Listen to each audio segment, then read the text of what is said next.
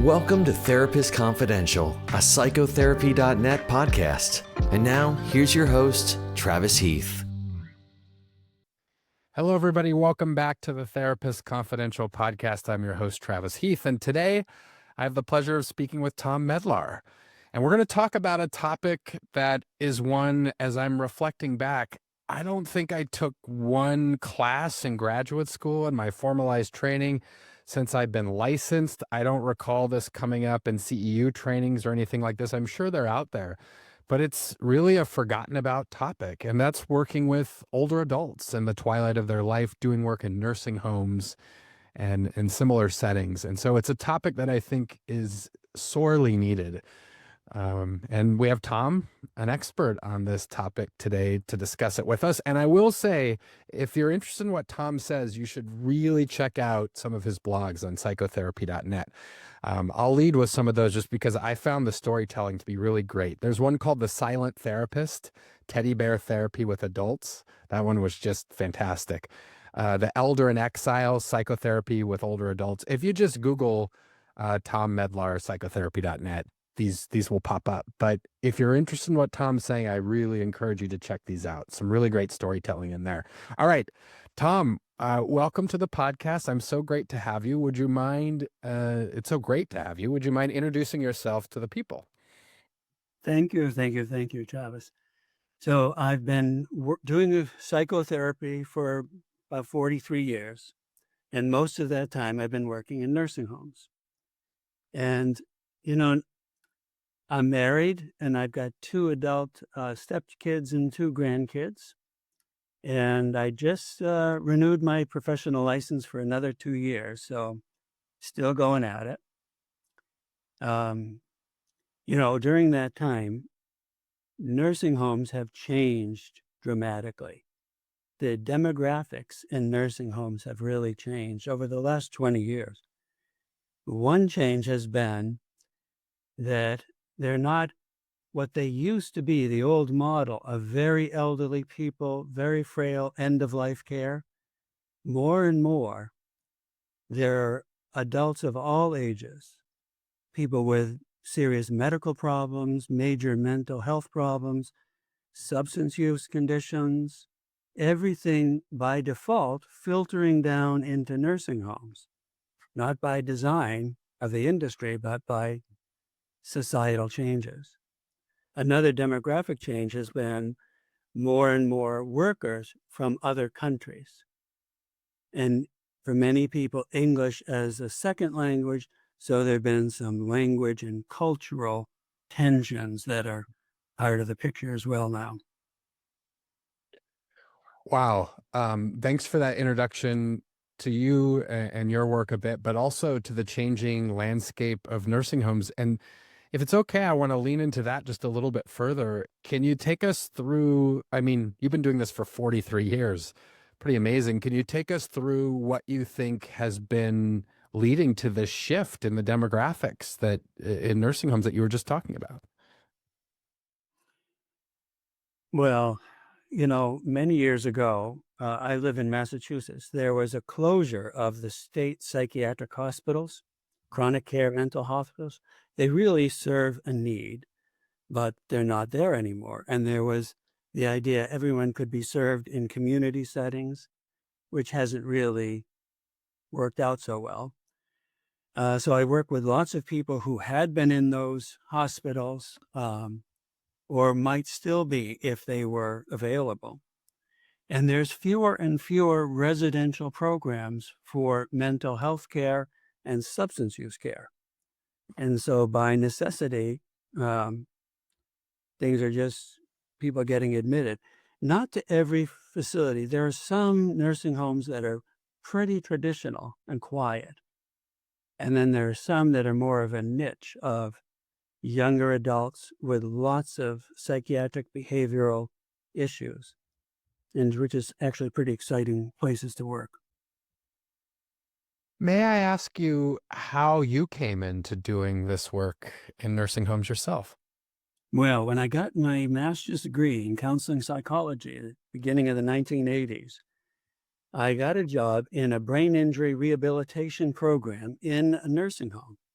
There were 3 units. One was still a traditional nursing home, but the other 2, one was a neurobehavioral and one was a respiratory. And and that's where I met my wife, who was a nurse. But that was a real start, and it was a very important place because it helped me be grounded in an understanding of medical psychology and the importance of looking first for medical explanations and not just psychologizing symptoms. Yes. And so you can tell me if I'm wrong about this, but it's my observation that this isn't an area that a lot of psychologists, mental health professionals, et cetera, in training gravitate towards. Oh, no. And so, go ahead. When I was looking for a job, and I interviewed at this brain injury program and also at a day program for people with schizophrenia. And when I was touring in the brain injury program, I was on a unit, the respiratory unit, but I'm seeing for the first time people with half their skull missing, people on ventilators, people in persistent vegetative states. It was frightening. And I turned it down. But then I went to a local reservoir and I walked 2 times long walk around it, weighing it out. And I'm so glad that I chose to go to the medical place because I knew I'm going to be challenged more. I'm going to learn more. I'm going to grow more rather than get in place and stay in place. And one of my hopes with all these essays that I've been lucky enough to, publish with psychotherapy.net and with this opportunity is to encourage younger therapists to see that nursing homes are vitally interesting places for psychotherapy. Okay. Yes, I want to dive more into this. What has been your experience with that makes them such interesting places for psychotherapy? I deal with every problem you can imagine.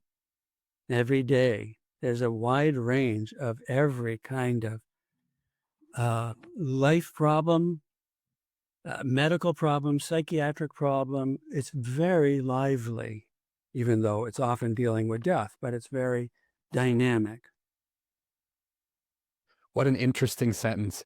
It's very lively, even though it's often dealing with death. Yes, because it's the nitty-gritty, Say more about that. What is the nitty gritty there that you get into?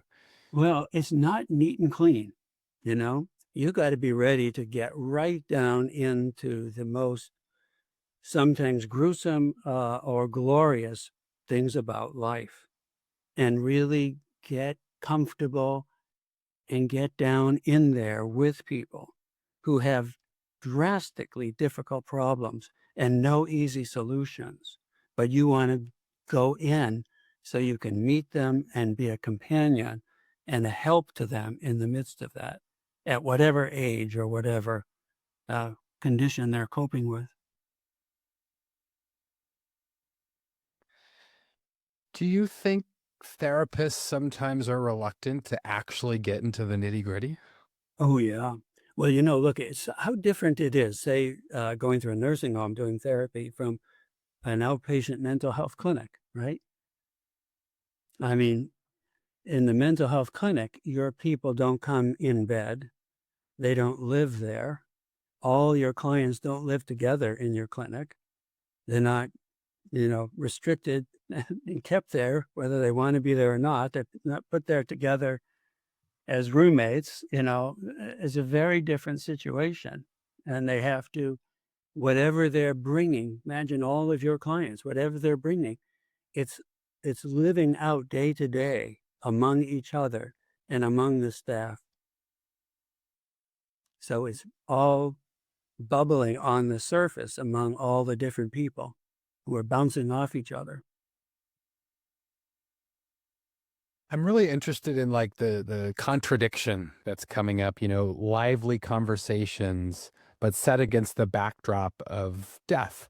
And that could be physical death, but also I'm thinking in nursing homes, I'm no expert here, but it could be, the death even of abilities that one once had, and now they're losing those abilities. It could be a lot of sort of smaller deaths that aren't actually physical death. And so, but yet you're having these lively and vibrant conversations set against the backdrop of death. And I'm really interested in that contradiction. Things you're not going to encounter otherwise, like with older adults.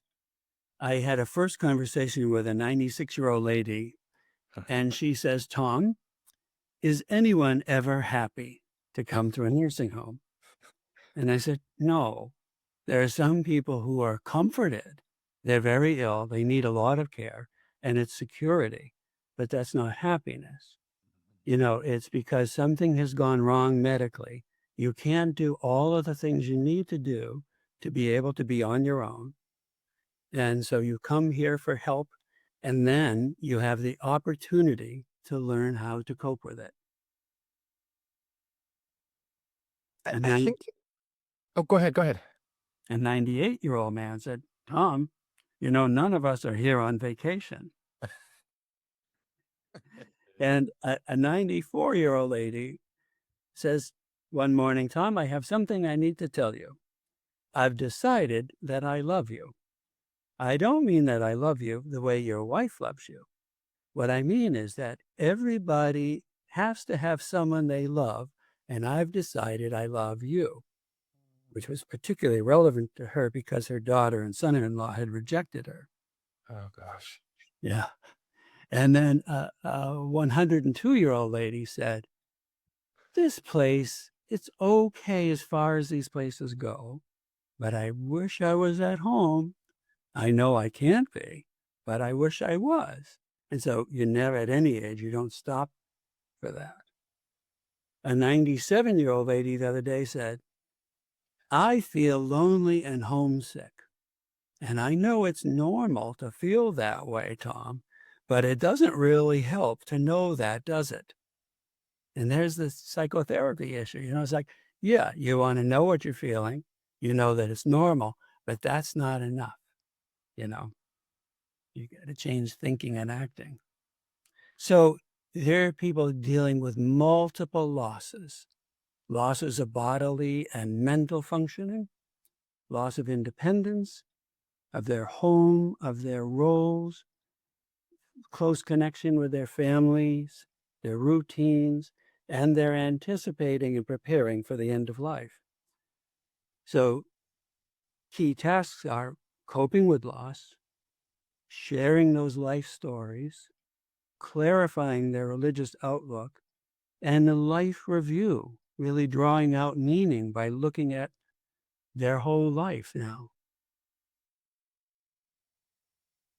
Gosh, there's so many interesting aspects to what you just said. I want to reflect on the process for a minute, which it's striking to me that you remember these stories. Of course, I see Tom's face and we're having a conversation with one another. As you're listening to this, you can't, but he's not reading this off of a paper. He's just remembering the stories. I'm struck that you remember the age, you remember the words that they said.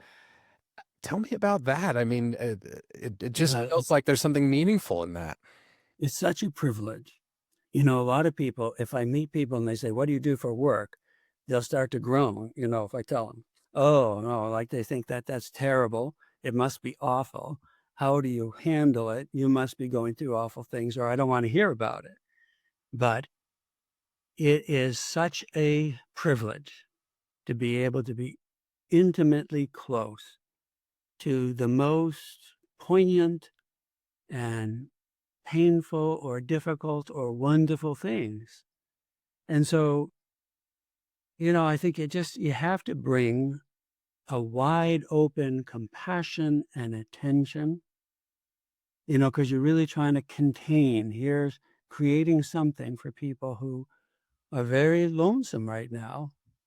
And a lot of the younger people who've burnt a lot of bridges and feel mistrustful and rejected, to really be able to be in that close relationship. It's just got to because I'm focusing really on them and what they're saying more than what I'm thinking, what I'm trying to do, what approach to take. I think that often, not always, but often, and I don't just think it's the fault of the therapist. I think it's a societal thing in a lot of ways and kind of how therapy gets viewed. But I think therapists feel like they have to solve a problem. Even though we say, oh, we don't solve problems or give advice, I still think therapists often feel like, oh, I ultimately have to solve this and help it be better. Yep. And and what you're describing and the work that you do, I mean, it may not be possible for that to happen. That doesn't mean the conversations can't be meaningful, Yep. right? But I'm just thinking that, for some people, for example, they might feel depressed out in the world and certain things can happen in their life or they can go through therapy that works for them or whatever it is. And now they're not depressed anymore. But with some of the folks that you're working with, what they're up against isn't going to change. It's not just going to Mhm. get better all of a sudden. And I'm Mhm. wondering about that dynamic and how you work with that, which is unchangeable. Well, there are many circumstances that they cannot be changed. There's a permanent problem here. It can't be solved, can't be fixed. But under any circumstance, that person can find some new attitudes, clarify some values, some beliefs. How are they going to cope with it? How are they going to think about it? How are they going to bear with it? Um, I think for early in my career, after about 12 to 15 years of doing psychotherapy, I went through a burnout period and thought, oh God, I can't take it. I'm just suffering too much from too much trauma and tragedy.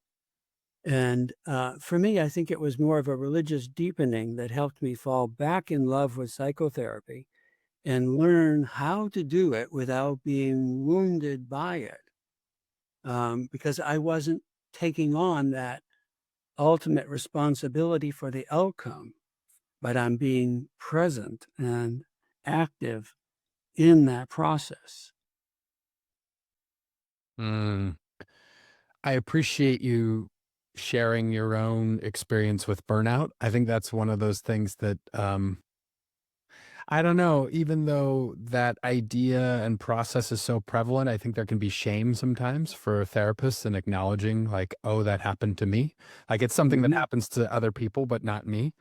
Yeah. But it sounds like for you and your process, experiencing that was crucial in helping you kind of reignite the work you were doing in a way that was more sustainable. Oh, definitely. Because I think I was still too much focused, too kind of anxiously on doing the right thing, coming up with the right techniques, the right approach and stuff. And that gets in the way between you and the person sometimes.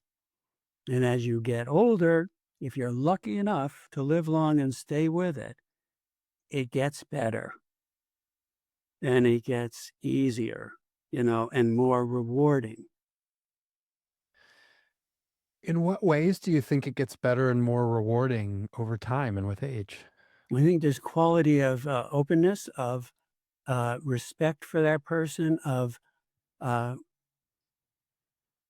just really paying close attention to them, whatever their issue is, but be with that individual in that dilemma, and it works, and they feel it, and something happens, and that's not something you've gone in calculating that you're going to do, but that comes out of that quality of being with that person, whether they're a young person um, or an older person, because like younger people in nursing homes. There was a guy, he was 29 and he had a new spinal cord injury. He's in a wheelchair, paralyzed from the waist down.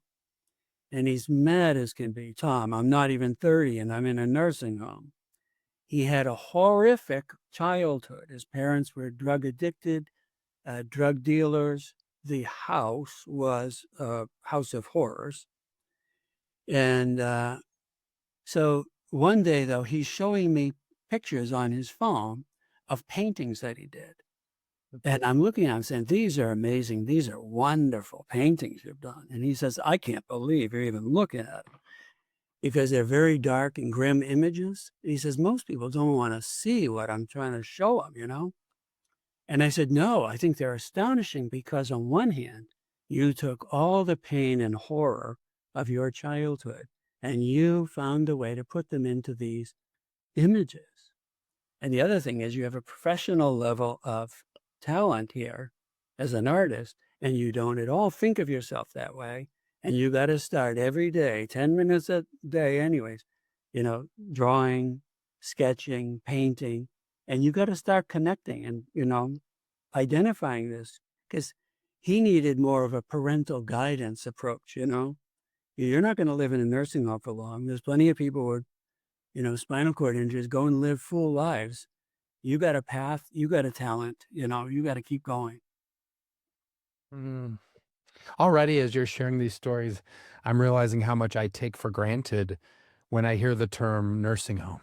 I immediately reflect in my mind on older adults and Yeah. older adults at the end of life, right? Yeah. And already just in this conversation, you're showing me how much I take for granted. And while some of what you've written about is working with older adults, the scope of your work is much larger than this.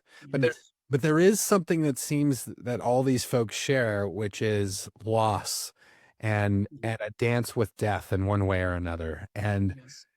I feel like therapists in general, like we talk a good game, we philosophize a good game often about death, but I'm not sure that we actually get up in there with Yeah. death. You know what I mean? That Yeah. nitty-gritty that you were referencing.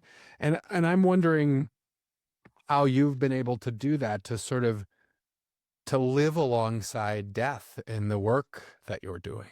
Well, for many years, and I've worked with, a few thousand clients, and most of them have died. And so dying and dealing with grief, they're daily parts of my work. And of course, they involve these very complicated emotional, family, religious elements. And there can be intense emotional turmoil, but those are not mental illness things. Those are real life experiences of dying and grieving. And it is awkward. A lot of people find it so comforting and refreshing to talk matter-of-factly about death and dying, because when they talk to their family or even staff, they're, oh no, you're going to live forever. Don't even think about it. It's not a problem. But it is, and it's normal, and they have to talk about it. And it's, helpful to do that. And, but people don't directly themselves always come out with the most essential concerns. They're often signaling like people do in therapy with all kinds of things. They kind of indirectly give you hints and clues that you got to pick up and follow down the pathway to see, oh, yeah. So you got to go slow. You got to have a lot of long, silent pauses. You got to allow time to let things emerge.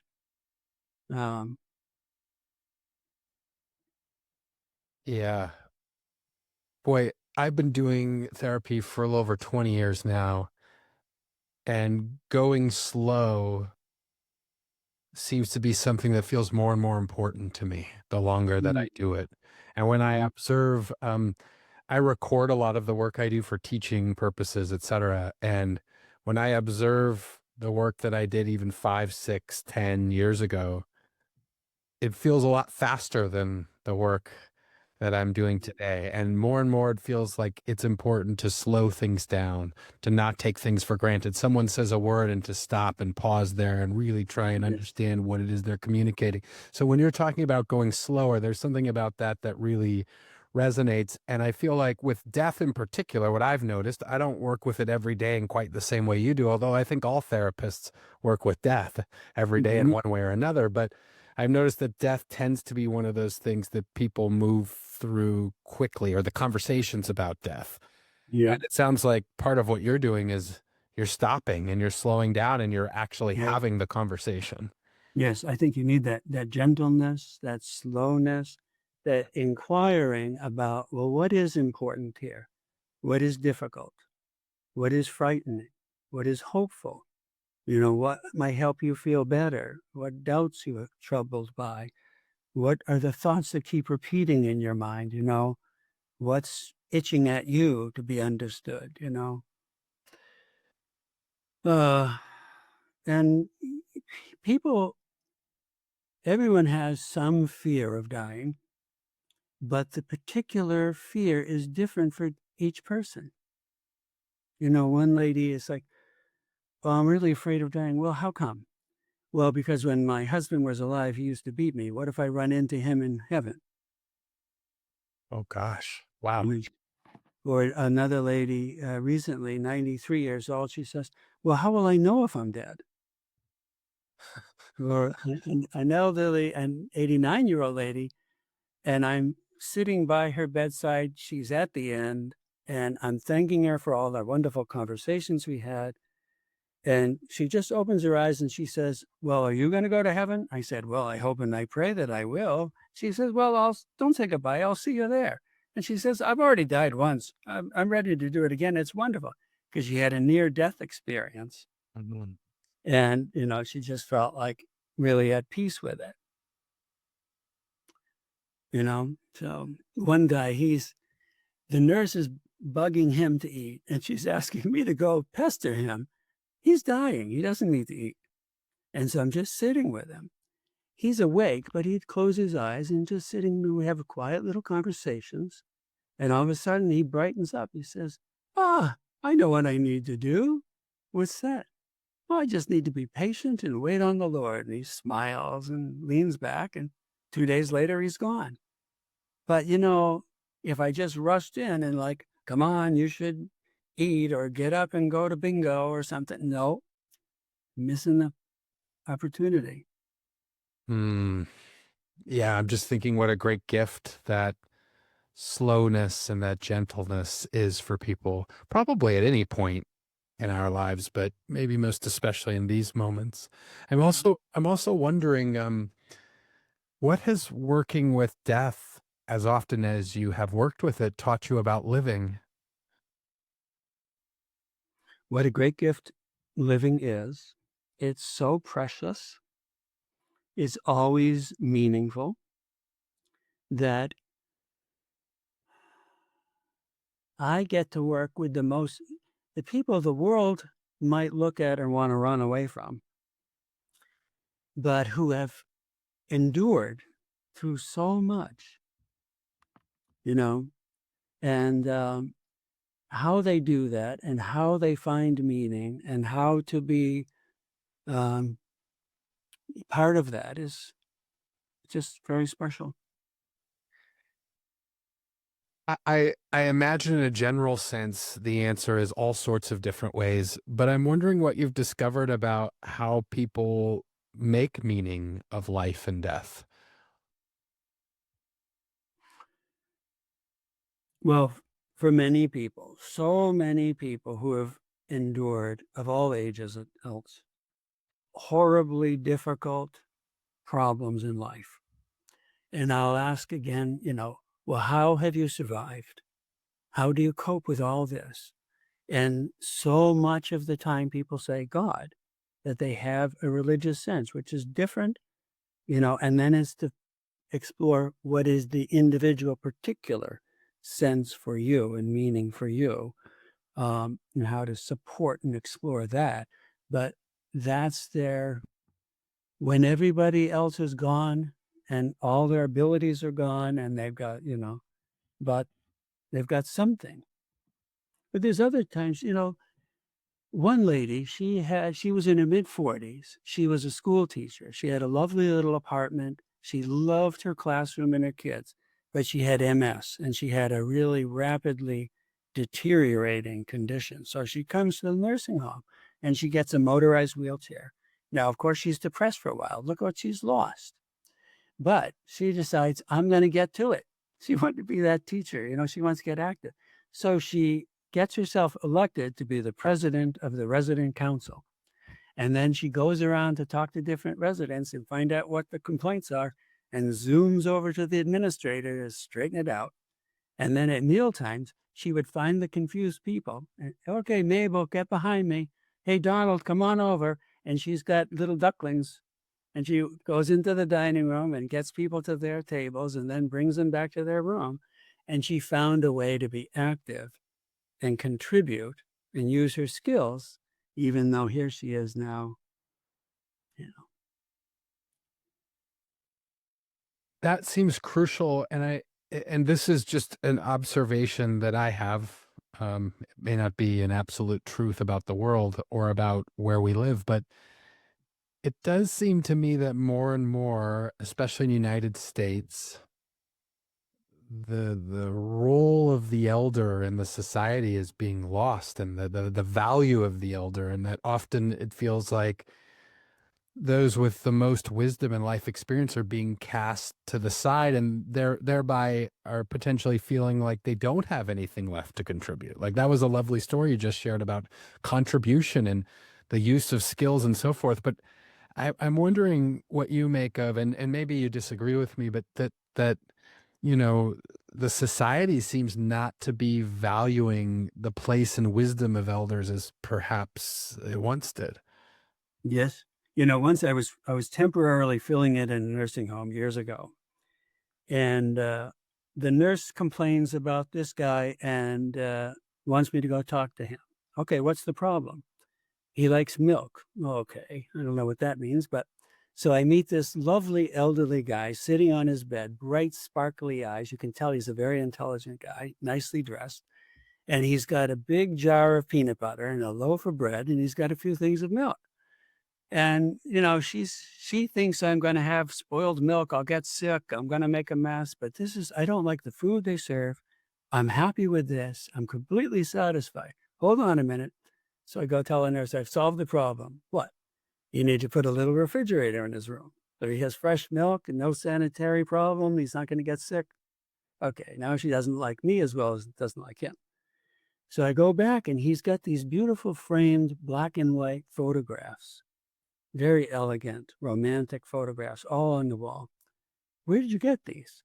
Well, he's a photographer, and he was a world-class photographer, well-known in his days, knew all kinds of celebrities. And he's telling me how his pictures used to be in Life magazine. He mentions 2 museums that still have his photos on the wall. So when I finish, I go to search out who's the activity director here. Hey, I got an idea. Go get some disposable cameras and ask him if he'll teach the basics of photography to residents. He uses a little bit of his talent. They get a master class for free. She looks at her clipboard and says, I'm already pretty busy, and walks away from me. Oh, So now oftentimes when I get annoyed or frustrated with staff, it's an opportunity to write an educational article. So that's when I wrote one called The Wisdom Project. Again, looking at how people are overlooked, seen as the person they are right now and the condition and symptoms they have, instead of the whole story, rich story of that life that shouldn't go.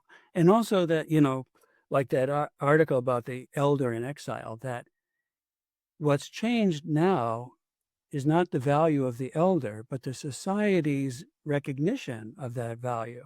Yes. That in all history,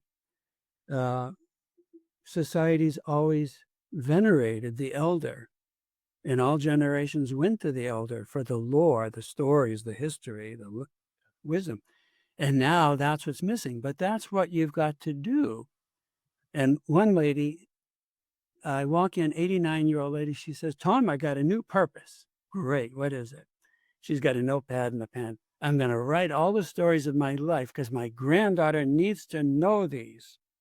Fantastic, there you go. You got to pass it on.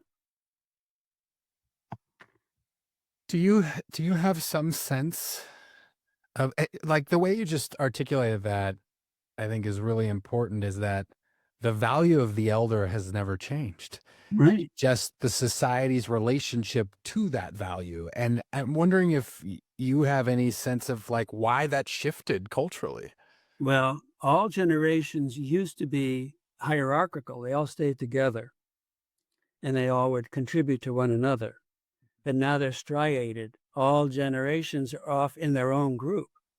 Young people, who do they turn to for life lessons? Other people, their peers, who know just as little about life as them, you know? Everyone stays in their little age group. Huh. And it's convenient now that, now people in nursing homes, that's not normal. Most elders are functioning pretty well and out in the society. Nursing homes, this is illness that you're seeing, but they feel like, well, they've been put here. Some have no family. Some have wonderful, close family connection, but they still feel alienated. And a lot of them feel like some very strange thing happened at some point and the world turned upside down.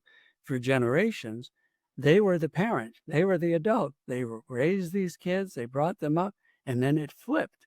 And now they're the child and the kid is the adult, making their decisions and running their life. And that's a bit of an adjustment.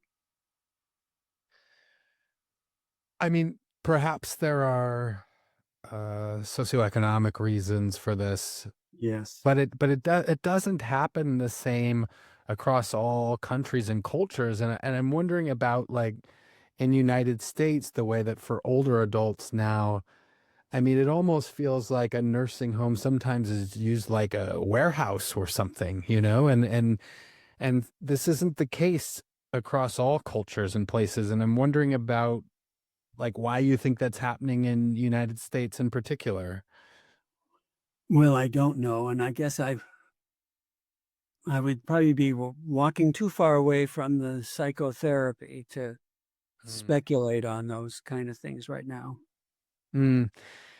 Yeah. Yeah. I mean, I suppose it's more of a sociological and sociopolitical Yeah. uh, issue. And yet it's one that connects so much to what you do, because I imagine that, just the word you used in that article, exile, right? The Yeah. elder in exile. I mean, Well, so this is like the psychology of what you're seeing, I imagine, daily. yes. And that came from a conversation with a gentleman who said that he feels like he's in exile. He's just put there and that's it. And it is very hard for them. And yes, and it is a big issue, and it goes beyond psychotherapy into those sociological factors that are worth thinking about. But yeah, If I could dive into uh, some specific content from the articles.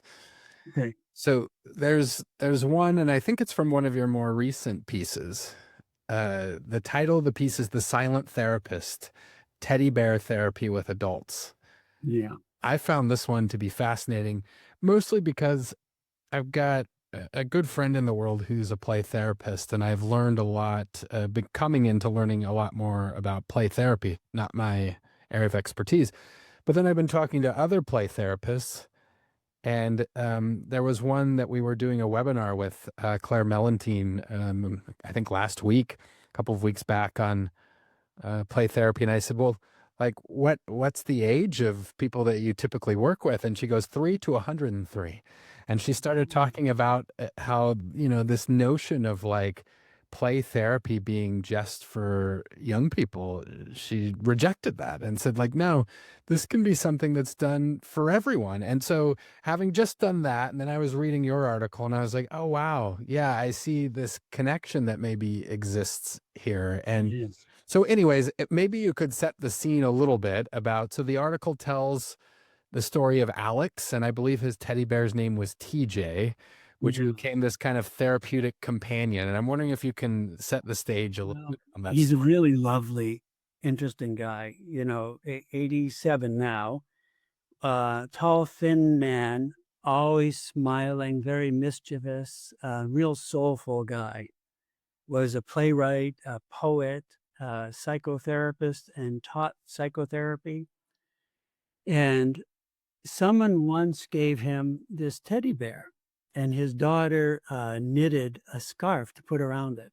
So he started taking it. He'd go and do these lectures, and people, psychotherapy, a group of people. And he's standing there holding a teddy bear. And he's introducing his helper, and anyone want to talk to him, he's happy to, So he said they always would, someone would hold it, and then someone would tap him on the shoulder, and he'd watch TJ go person to person through the crowd. And always at the end of his lecture, he'd say, any questions? And some people would raise their hands and say, we didn't get any time with TJ yet. And he, in his office, he had TJ sitting next to him in a chair next to him. And he said, some people thought that was pretty silly, but then they might pick that up. And he said it just did magical things. He didn't force it, but it connected them with feelings that by doing talking therapy, he didn't think they were going to get to very quickly. And he said it was just quite special. It helped him. And he thought like it reconnected him to innocence. And he said it's not just childhood innocence, but that sense of spirit and meaning that if that's lacking in therapy, why are we doing it?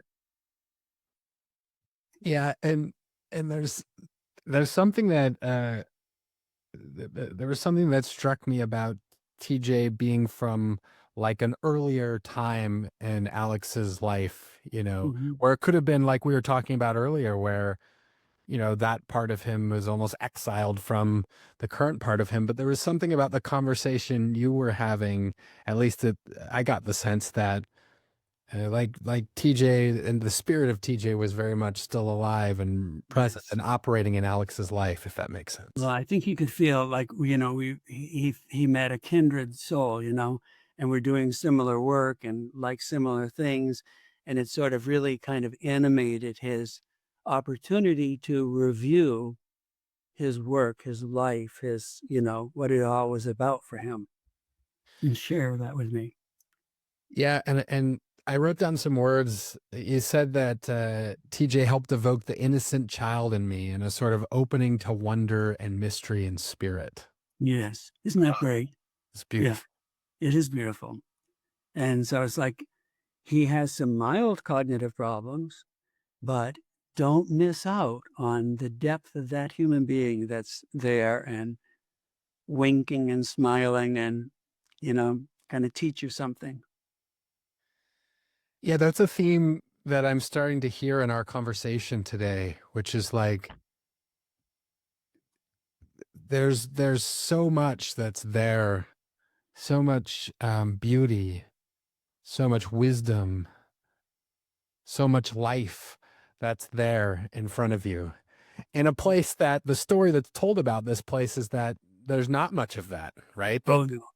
Yeah. And even with some of the most grim things, like some people with severe neurological injuries or illness who don't have verbal communication, they can't talk. And some people would say, oh, Tom, you can't do psychotherapy with them. They're cognitively, they have deficits. Or, no, they can't communicate. What are you talking about? And I'm thinking, can you imagine the utter loneliness? You're a human being. You've got to communicate, and you don't have natural speech. You have a greater need, not a lesser need, to communicate. So whatever the technique is, like one person, she had a clear plastic letterboard and the black alphabet letters and 1 to 10 numbers on it, about, 14 inches long, about 4 inches high. And so I'd look through it and watch her eyes and watch what letter she looks at.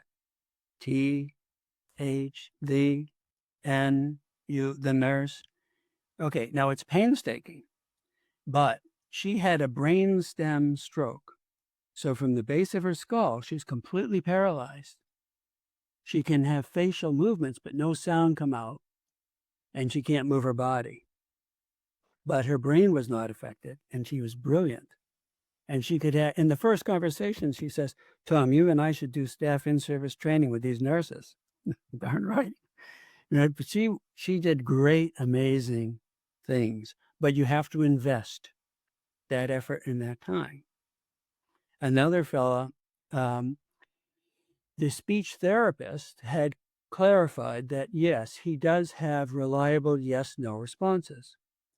He had a brain injury. He sits in a wheelchair. The only thing he could move is his right thumb, but he could move it up once for yes, twice for no, and so we could have good conversations. Another fella, he'd been in a persistent vegetative state on a ventilator for a long time. Amazingly, he came out of it. He was verbal. He was in a wheelchair. He'd go around the building, and he was telling me the amazing experiences he had when he was unresponsive. He was aware of people around him. He could hear their conversations. He was enormously grateful they never pulled the plug on him. And he tells me something I've never heard anywhere else, that when he was in that unresponsive state, he had a sequence of 12 dreams. And then the same exact sequence would recur. And so he'd go through and share with me the exact sequence of the 12 dreams that he had. And it's like, well, wait a minute. You're never going to hear about these things unless you're, willing to, get into those kind of conversations and find whatever methods work to help a human being deal with their situation. Yeah. Gosh, I'm very intrigued by what you've just been sharing in those stories. There's something that strikes me as radical about the work you're doing because people are saying, oh, Tom, you can't do therapy with this person. Like, they can't speak. And like in that first story you were sharing there, I mean, if I'm hearing you right, it's like you unearthed a method of communication with her that worked for her. Yeah. And to sort of track her eyes, I mean, gosh, I'm thinking the awareness to even pick up on that. Well, that was developed first by the speech therapist, but then I could use it. But so instead of just the simple, brief, practical, are you hungry? Do you want to get put back into bed? Yeah. But to really have deep conversations about what's important in her life, that's worthwhile. But you have to be willing to go to make that effort. Now, of course, these are people who may have mild cognitive impairments or mild dementia because of some neurological condition. And they need an adaptive approach. They need more of an educational, more of a guided, more of a skill training and rehearsal, more explanations, more repetitions of key points to help build up their comprehension, their retention of it. It doesn't mean you can't do it. You've got to bring other techniques to it because otherwise they're going to act out. They're going to cause problems, but they're not problems. They're just because I'm frustrated and you don't talk to me. It would be so easy, though, to just accept that, oh, they're not good candidates for therapy. They can't communicate well. They're not good candidates for therapy. It's so easy to do that. And it strikes me that you're not doing that. And you're sort of discovering, it's like, okay, maybe they can't communicate in a way that many people communicate, but it doesn't mean they can't communicate or this is of no value. It's like, I have to figure out a way to engage with them meaningfully. Yes. Whether it's because of that neurologic problem or a major mental illness and psychiatric delusions. Like a lady in her late 60s, she has schizophrenia, paranoid, she doesn't come out of her bed. But she was saying for months that she was pregnant, and she was refusing some of her medications because how would they affect the baby? Now, the nurses were telling her, you're too old, you can't have a baby, there's no men in your life, what are you talking about? Well, that wasn't going to help her, of course. So, she'll tell me in therapy, well, invisible men come to the bed, and that's how I got pregnant. Now, I'm always interested in, because delusions, like images and dreams, they always have a personal meaning, and that's what I'm interested in. Okay, so what did it mean that you're pregnant? What are you looking forward to? What's special about being pregnant and having a baby? Well, she felt she failed as a mother because of her psychiatric illness. She lost custody of her child years ago. So she thought, well, if I have a new one, maybe I'll do it right. Well, when that sort of went away, she had a new idea. She said she used to have a Barbie and Ken doll. Oh, yeah. Well, she wanted another Barbie and Ken doll because she wanted them to have sex. They would have a baby, and she would be the baby, and maybe I'll turn out better this time. Uh. So I'm talking to her, look at, we all have regrets. We all have disappointments in life, but no one gets to go back and do it again. What we have available is this kind of talking therapy where we make sense out of the past and try to come to terms with it. And she breaks down crying and saying, I wish I wasn't like this. So I don't get that by just lecturing her, but another lady, Wow. she's hearing voices all the time telling her these grand, wonderful things. Oh, hey, good news. I'm leaving. I inherited my grandmother's house. I got a car. I got this wonderful soldier. He's one of my boyfriend. And then one time she's going on about these things and she stops and looks at me and she says, Tom, don't burst my bubble. Ah. And she realized, wait a minute, it's not real, but it had real importance to her. And okay, it fills a need because she didn't have family and all the voices were family members and she didn't have a special life. And so, okay, it's compensating and, So with people with severe mental illness, it's really educating, not just trying to talk it away, but there's subjective reality, what's going on inside of you that only you hear and see, those voices, those visions, those characters, and there's objective reality, that one we share, and helping draw the links between how the things from the inner world are being addressed in this outer world with your medications, with your psychotherapy,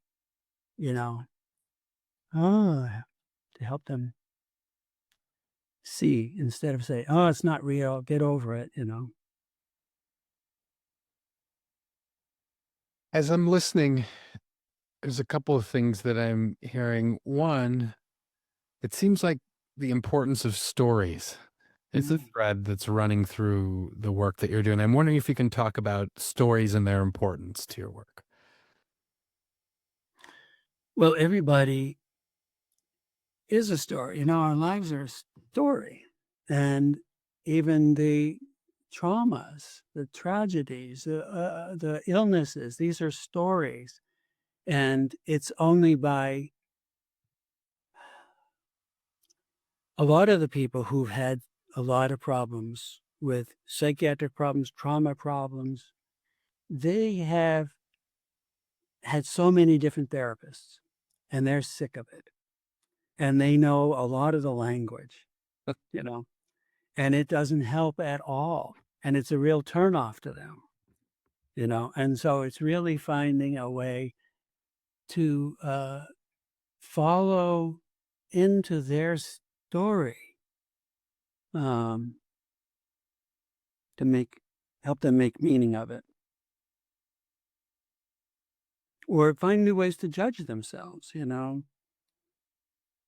I was just talking with a lady, she's mid-40s. She's got a lot of medical problems, serious medical problems. She's in a nursing home. Okay, but she's hoping to go out to a group home. Okay, but she's mad at herself.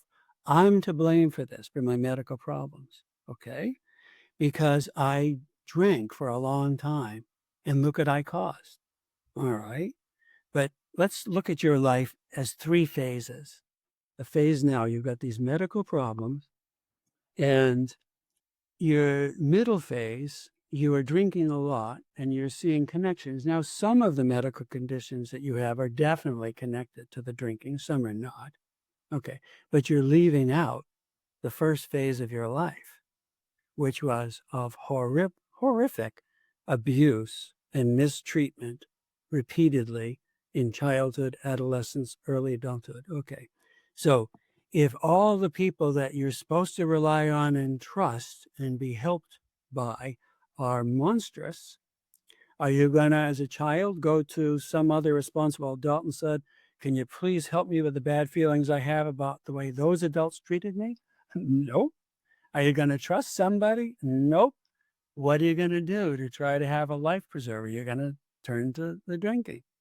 Okay, so if you're judging yourself, we got to take the whole story.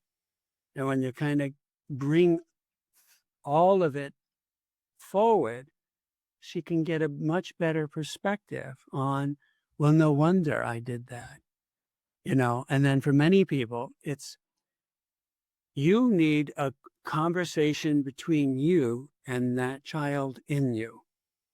Nobody knows about her pain and her loneliness better than you. Nobody knows how to comfort her more than you. You need to be having that kind of conversation rather than you suck, I hate you, you're terrible, you're to blame, you know.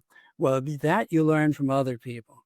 You gotta go back and get that little one and comfort her and right. Mm, that's beautiful. There's something else that's striking me about your work too, is that, and again, correct me if I'm wrong, it doesn't feel like a manualized approach to treatment. It feels like So you're really meeting each of the people in their own worlds in different ways. And in a field that, to be frank, seems to be moving more towards a one size fits all approach, yours feels very much made to order for each person.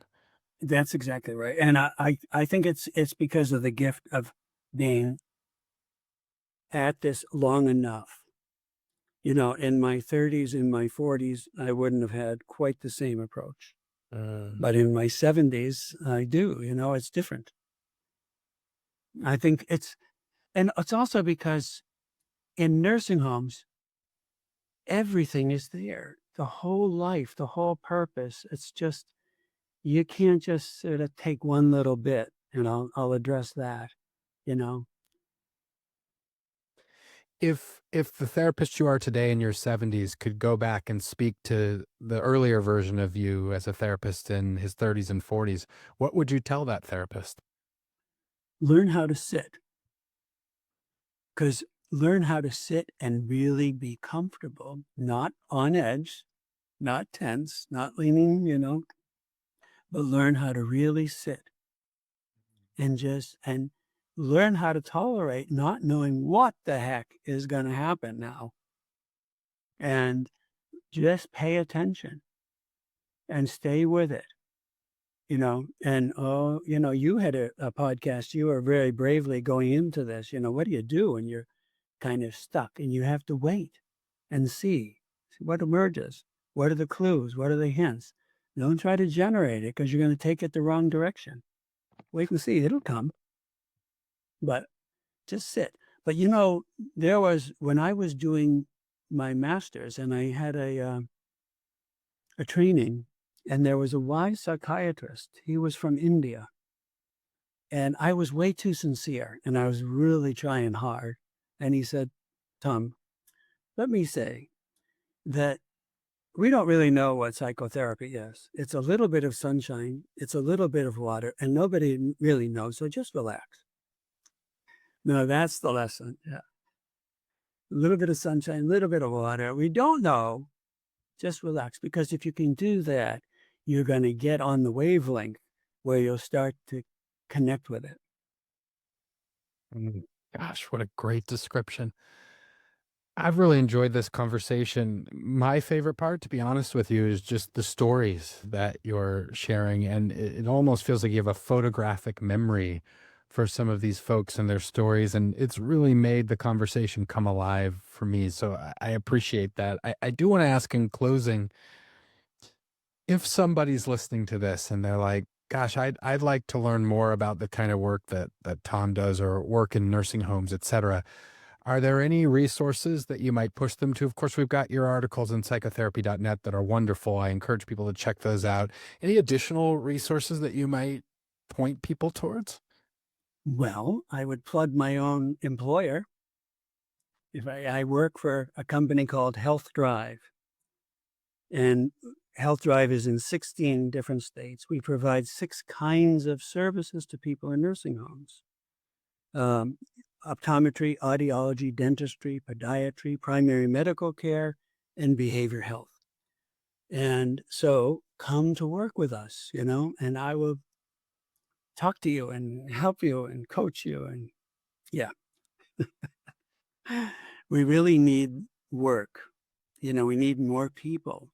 I guess, there's people, nursing homes have kind of a bad reputation. They're misunderstood places. Oh no, it's scary, it's smelly, it's people dying, I don't want to deal with it. And yet, wait a minute, there's some where it's fabulous. The other day, there are 3 gentlemen, and they're all terminally ill. And sometimes they'll welcome me in their room, they sit in their room, they isolate. Okay. Sometimes I can come in, we can have a good conversation. But sometimes I knock, hey, you want to have a conversation? No. But the 3 of them were outside. They went out smoking, and they're sitting in 3 chairs. So, oh, great. I go out, I pull up a chair, and this fantastic conversation is going on.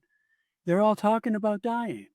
Oh, I've had 69 years. I've had a good life. It's okay, And they're meeting each other. And then they start regularly coming out and socializing.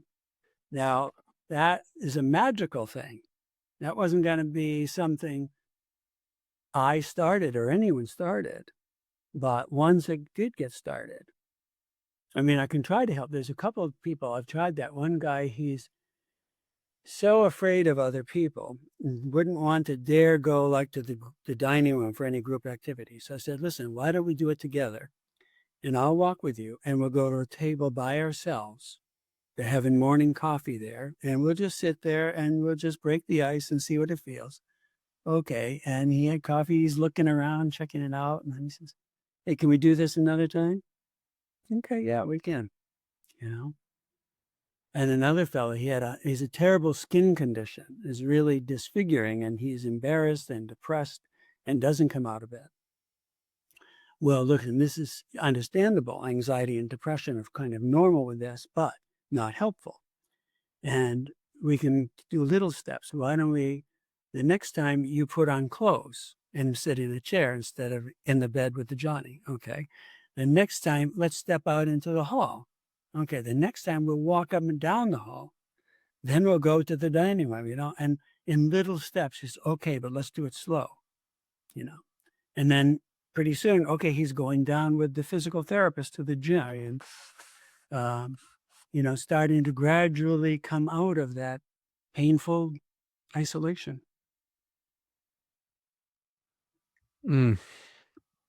I could listen to your stories all day. It's been just wonderful. It's been a great pleasure. Again, Tom Medlar, if you're interested, if you've enjoyed these stories, go to psychotherapy.net, find his articles. How many have you written for psychotherapy.net at this point, Tom? Oh, it's getting close to 30, and I've been hoping to, encourage people by reading them to see these are more interesting than I thought places.